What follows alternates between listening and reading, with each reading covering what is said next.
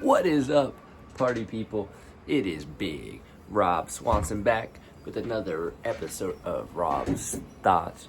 So, I did do that episode very earlier today about the Wrestlemania predictions I had. So, because I did that one, I guess I'm jumping into this one on the immediate thoughts afterwards. So, WrestleMania just ended. WrestleMania Night 1 just ended, I should say. Let me move this off of camera just in case. Don't know how that really works, but yeah. So anyway, just want to give my immediate thoughts about afterwards. First of all, great show. Everyone had great matches the whole night. It was 4 or 5 hours. Enjoyed every minute of it. Pretty much got every prediction right. So, spot on to that. Well, basically in my brain, I got every prediction right. The only one I misremember, I don't remember what I said about the Grande Americano versus insert whoever. Did not expect that to be Rey Fenix. I really did expect that to be Dragon Lee because I did expect Grande Americano to pick up the win. And like I said, down the line, Rey Mysterio is going to mask him, blah, blah, blah, blah, blah. They inserted Rey Fenix into the Rey Mysterio role. I'm pretty sure Rey Fenix had a better match, to be honest, than I think Rey Mysterio could have. Rey Mysterio is one of the GOATs. The problem is King for King. The young King is in my age. The old King is in his 60s almost. So Rey Mysterio has been wrestling since he was, 18, 19 years old. He's in his 50s now. So he's the GOAT, let's be honest. But it's time.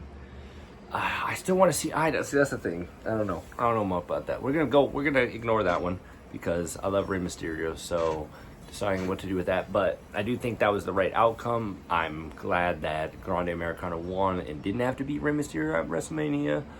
The Jade Cargill match versus Natalya, absolutely great. That one spot where she, I literally stopped it and showed my wife, and literally we were in the middle of a conversation and I'm watching it over her shoulder and I was like, oh boy, where she dumps her right on her head, picks her up, jaded, and you're just like, oh my gosh. And I was literally like, baby, watch. Ow, God. But yeah, so that match went pretty much how I expected. The only match pretty much that did not go as I expected was the Charlotte Flair-Tiffany Stratton match. Hard-hitting match, great match. Charlotte Flair lost. Not only did she lose, Tiffany Stratton just hit her. Prettiest moonsault ever. 1, 2, 3 pin. And that was it. I don't think that was the original plan. Charlotte looked, based on the entrances, uncomfortable. I think is probably the best way to say that. Unhappy. I don't know. She looked off. She didn't look. I think just based on, if you know any of the personal things about the person behind the character of Charlotte Flair, Ashley. I don't know how to pronounce her last name, so I apologize. Flair, but I think it's like Flair. It's not like Flair because it's Charlotte Flair, Ric Flair, but I think it's like Flair. But I don't know. But anyway, she had that interview. There was all that thing, and she looked like. See, here's the thing with Charlotte. The character is always a better heel because that's the thing. She's bigger. She's stronger. She's better. Charlotte is better. So she makes a better natural heel than the 5'0" women. Like, is Zelina Vega going to make a convincing heel against Charlotte Flair? No. Is Alexa Bliss going to make a convincing heel against Charlotte Flair? No. Somehow Alexa Bliss made a convincing heel against Nia Jax. We're going to ignore that. But Charlotte is bigger. She's better. So, and she just looks, at this point in her career, she looks uncomfortable being booed. The person, not Charlotte. Maybe I'm wrong. Maybe I'm completely wrong in misreading what I saw on TV. But Ashley Flair looked uncomfortable there. So, anyway, was surprised by that one. The main event, though. Well, no, hold on, not the main event yet. Let's jump to New Day versus Not Raw, versus the Raw Tag Team Champions, the War Raiders. Good match. The ending outcome, exactly how I thought it should have been. It kind of seemed like a pansy-ass finish, excuse my language. I wanted the New Day to cheat to win. I thought that's how they should win. I thought they should do it way more brutally than that. I was kind of expecting a ref down, we beat the crap out of you, ref pops back up, 1, 2, 3 spot. I don't know why. You know what I'm talking about? The ref's like, hey, someone's covering him. 1, 2. You know what I'm talking about. Y'all have seen those spots. The ref's like dead in the ring. And then they look up and they're like, oh, someone's making a cover. 1. That's what I was expecting. But the New Day to just absolutely beat the shit out of them and then be like, oh no, look, we're covering him. So that's what I expected there. But outcome was still the same. The Jacob Fatu versus LA Knight match, way better than I was expecting. LA Knight and Jacob Fatu absolutely pulled out an incredible performance there. That top rope BFT thing he did, absolutely insanity. The Jacob Fatu just was absolutely incredible. Oh, I forgot to mention this about the Grande Americano match. Chad Gable, he went up for one of his, not Chad Gable, Grande Americano went up for one of his, backwards moonsaults, but he didn't backwards moonsault. He backwards 450'd, and literally instead of landing, chest first on him like he should have, he landed back first after another full. It was one of the craziest moves I've ever seen. So shout out to El Grande Americano. That was one of the craziest things I've ever seen at WrestleMania or in general. Ray Phoenix just, every time I watch this dude, it's like he has a completely new moveset. And I see something I haven't seen. Like I said, the Jacob Fatu LA Knight match, absolutely amazing. Jacob Fatu absolutely beat the crap out of LA Knight. LA Knight was doing he went for a freaking prettiest moonsault ever. That's not what it's called, but so Jacob Fatu and Tiffany Stratton literally do the same move. So I don't know what they call Jacob Fatu's because they don't call it. They call it like a pop-up moonsault, which is weird. So we're going to call it the prettiest moonsault ever because Jacob Fatu and Tiffany Stratton do the same move. So Jacob Fatu goes for the prettiest moonsault ever, and literally while he's upside down, he freaking gets caught in a BFT like freaking Adam Cole did with that super kick on Ricochet. Oh my God, it was freaking... They did some amazing spots at this WrestleMania. Like I said, that Jade Cargill spot on Naomi looked like she absolutely killed her. Naomi did this bulldog off the top rope, which first of all was one of those pop-up, looks like you're about to get power bombed, pop-up bulldogs, and then she did it off the top rope, and it looked like she absolutely, when she landed, she was like, oh God, that was it looked incredible. First of all, shout out to Naomi, you looked incredible in that match. Your entrance, your ring gear, the caution tape, loved it. That looked like it sucked. You executed it absolutely flawless, Trinity Fatu, but it looked like it sucked. So shout out to you for doing that match. That freaking thing where Jade dumped you on your head, that looked like it sucked. Then you followed that up with the Jaded right on your face. So Naomi, shout outs to you. You had what looked like a terrible night, but great night as a performer. And then all that, like I said, the Jacob Fatu match, loved every part of that. I don't think I'm forgetting anything. The New Day, everything pretty much like I said, I predicted correctly. Except for the Tiffany Stratton, Charlotte Flair match. I'm okay accepting that one. But then that brings us to the main event of the night. Ladies and gentlemen, in my best Bruce Buffer impersonation. Seth Rollins, CM Punk, Roman Reigns. Oh, it's great. They beat the crap out of each other. They got me to bite on about 4 false finishes. They had the one where it was Seth hit pedigree, pedigrees from Seth, stomp to Roman, so Seth hits the pedigree on Roman, stomps Roman, throws Punk out of the ring, goes for the pin. Oh, I bit hard on that one. Then they had the one gore right after that. Punk gets up, throws Seth out of the ring, GTS to Roman, and I'm like, oh, that's it. No, Roman kicks out again, and they had me on about 3 or 4 of these where I was just like, yes, no. I was literally like, if I was in the crowd, they would have been perfect because I would have been the bobblehead. I would have been the freaking new meme guy. Like, I wouldn't even know what was going on because they literally got me to bite about 3 or 4 times. And if you watch my earlier video about the whole stance on CM Punk, that entrance video CM Punk got me. Again, I have to say it. Everything CM Punk does, I am a fan of. That entrance video got me hyped. This entrance with Paul Heyman got me hyped. And then everything he did in the ring, every time he was about to go for a pin and win, I was like, no. And then Seth would kick out, and I was like, yes, Punk didn't win. I don't know what it is. I thought, literally, going into the match, after the hype video and all that, I was like, oh my God, am I a CM Punk fan? I think now all of this has changed me. I'm a CM Punk fan. And I wouldn't mind if he won. And then every time he went for a cover after one of his GTSs, because there was about 5 or 6 spots where he went for GTS, he went for a cover, and I was like, no, Roman, Seth, kick out. And then they kicked out, and I was like, thank goodness. So yeah, there was a couple times after all those where it made me realize, I guess, again, there's something, I don't know. It's the same thing with Sasha Banks. I've never thrown this opinion out there. I love Bianca Belair. I love Jade Cargill. That Bianca Belair Sasha Banks match from WrestleMania, one of my favorites. It's absolutely mint, that whole thing. And then the whip across the chest, picks her up for the KOD. KOD, 1, 2. Oh, great match. Oh, loved all of it. Don't like Sasha Banks. Don't like CM Punk. So happy. Oh my God, the double turn. He slid the chair to Punk, and I was like, no, Paul Heyman. And then once literally it was this quick.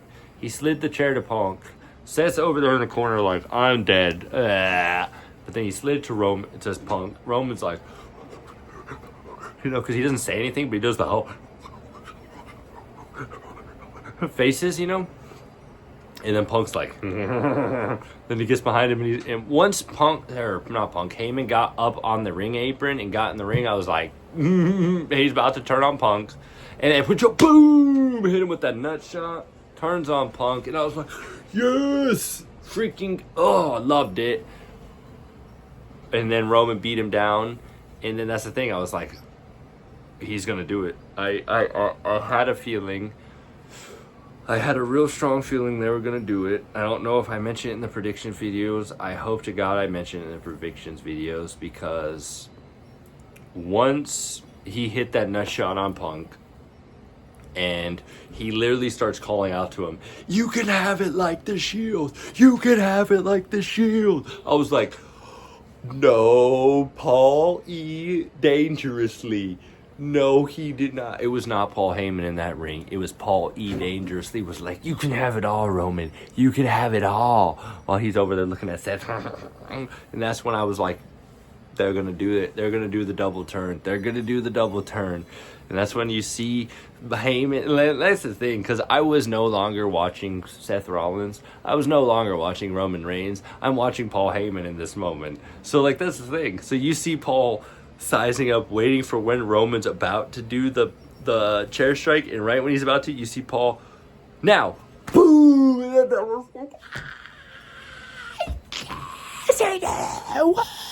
oh my gosh, because I did say this in the prediction videos, I freaking love Seth Rollins, everything he's done since I've started watching wrestling for the last 13 years.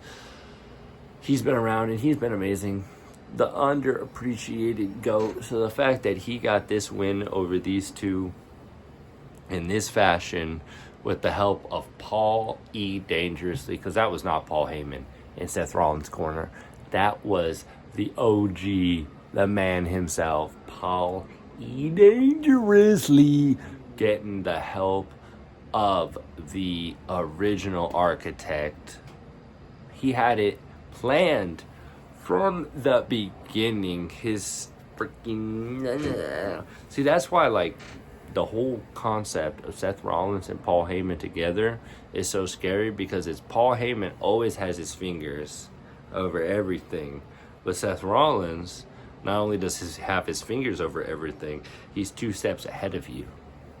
So how do you be 2 steps ahead of someone who already has their hands all over everything? That is the question, and that is the answer I want to find out so badly. But that's just night 1 of WrestleMania. We still got night 2. We still got the Raw after WrestleMania. We got the SmackDown after WrestleMania. We got Rusev coming back probably, or most likely. Well, Big E already said he signed. Everyone was already pretty sure he was coming back, but yeah, he signed. Aleister Black has been confirmed to be back. We don't know what's about to happen. Rey Fenix took Rey Mysterio's spot on WrestleMania, and he had one of that Chad Gable, nope, Grande Americano versus Dragon Lee. No, my goodness. The Grande Americano versus Rey Fenix match was one of probably, if not the best match on the whole card of WrestleMania. So that was incredible. And then just the whole night, it flew by. So, hope everyone enjoyed the WrestleMania card night 1 as much as I did. Hope you liked the twist. I hope you liked the turns. Let me know what you think about this video down there in the comments below. Did you like the stuff that happened? Should CM Punk have won? And tell me why the answer is no. Because CM Punk sucks. I don't know what it is. CM Punk sucks. CM Punk when he talks. CM Punk when he wrestles. I don't know why. Phil, again, like I said, that hype package had me hyped. I was literally on the fence like, oh my God, I'm a CM Punk fan. I do not care who wins this triple threat match. Every time you went for a pin, kick out. Oh, I only wanted 2/3. I wanted Roman to win. I wanted Seth to win. I did not want CM Punk to win. He didn't. We're good. That was night 1 of WrestleMania. Night 2 should probably be even crazier. We got Cody versus we got Cody versus John Cena. We got the women's triple threat match, which I'm gonna be honest, the Chad Gable versus Dragon Lee. I think I'm just gonna do that all freaking night. And Dragon Lee wasn't even on WrestleMania, but I've said his name about 4 times. The El Grande Americano. El Grande Americano. He literally has an American-made freaking star on his head. It's Chad Gable. Like, does he need a blinking thing? I'm Chad Gable. Gracias. That's the funniest thing. Even my wife, for all those who don't know, is Mexican. Big Rey Mysterio fan. Loves all that luchador stuff. I told her about the El Grande Americano stuff. She thinks it's hilarious because she gets the joke. So it's like with the whole American made. But yeah, the El Grande Americano Rey Fenix match, probably the best match of the night. The triple threat at the end of the night was a close second. I'm honestly going to give Jacob Fatu and LA Knight match, unexpected match of the night. Because I didn't expect much of that. I expected Jacob Fatu to just basically beat the crap out of LA Knight. They actually had a very good match. Enjoyed it immensely. But yeah, the Grande Americano versus Rey. I love luchadors, man. I love Lucha Underground. That was the other thing. Oh, glad. Oh, I love ADD so much for this reason. Michael Cole mentioned Lucha Underground on this WrestleMania in the Rey Fenix match. So I think, if not what I'm remembering, that's the first time they've ever accepted that Lucha Underground was a thing. Because there was a point where on their roster they had King Cuerno, Killshot, Johnny Mundo, and Prince Puma all on their roster. 4 of the top Lucha Underground stars, and they did nothing with them. Prince Puma being Ricochet, Johnny Mundo being John Morrison, King Cuerno being Santos Escobar, and Killshot being, oh my God, Swerve Strickland. Swerve Strickland being one of my favorite wrestlers. I loved him as Killshot. That Killshot versus Eddie the Moth Martinez ladder match, That was insanity, dude. That could go a whole nother video. That's a video about another time. But anyway, yeah. So the fact that they're mentioning it now, especially after the whole AAA acquisition from WWE, oh my God, there's gonna be more luchadors. I love it. Penta being big, Rey Mysterio is already one of my favorites. Rey Mysterio being the GOAT, Rey Fenix doing his thing, Dragon Lee. They already showed Vikingo off. Are there any more wrestlers that are luchadors left in AEW? Tony Khan, let me know. I'm sorry. WWE was looking for the next Rey Mysterio. They don't need the next Rey Mysterio because they bought all of AAA. They literally don't need it anymore because Vikingo is amazing. Rey Fenix is amazing. Penta is amazing. I literally watched Lucha Underground and was like, how does WWE not put on amazing matches every single night? When they have the Lucha House Party, they had, so not Salida del Sol, who did this? Kalisto. They had all these freaking dudes, and they just couldn't put on good. Oh my God, I'm going on a rant and a tangent. This is about WrestleMania. Anyway, hope everyone enjoyed the first night of WrestleMania. Lucha Underground was amazing. Now that Penta and Rey Fenix are on WWE, who knows what's going to happen? We got Penta, we got King Cuerno, we got Rey Mysterio, we got Rey Fenix. They're all back at WWE again. Lucha Underground is back on WWE. They were on WWE a few years ago, and now they're back again. It's all the same. Anyway, I hope you all enjoyed this video. Don't forget to leave a like on the video. Don't forget to comment down below what you thought about WrestleMania 41 Night 1 down in the comments. Let me know, like I said, why Rey Fenix is the best. Let me know why CM Punk sucks and he deserved to lose. Why Paul Heyman is absolutely the GOAT of modern day wrestling. And why WrestleMania 41 is going to suck with Kevin Owens not being on it. God, I miss you, Kevin Owens. Please come back. I hope you're safe. I hope you are healthy. I hope you are doing good. You have put enough into this business that you don't really need to come back, because I hope everything's doing good. Like I said, Big Rob Swanson here for Rob Plays Games Time. Later, taters.